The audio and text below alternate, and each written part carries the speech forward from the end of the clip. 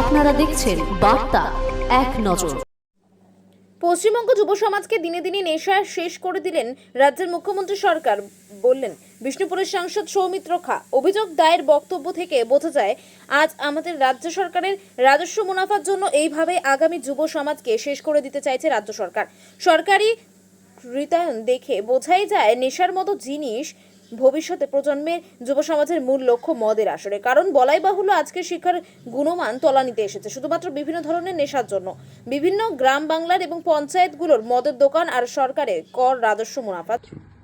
আমি কেন্দ্রীয় মন্ত্রী সোশ্যাল জাস্টিস অ্যান্ড এম্পাওয়ারমেন্টকে চিঠি দিয়েছিলাম পশ্চিমবাংলায় কতজন মাদকাসক্ত হয়ে আছে। উত্তর আমি পেয়েছি প্রায় অ্যালকোহলে 27 লক্ষ এবং আনুষঙ্গিক আরো 6 লক্ষ মানুষ নেশার সঙ্গে যুক্ত হয়ে আছে। প্রায় 35 লক্ষ মানুষ নেশার সাথে যুক্ত হয়ে আছে।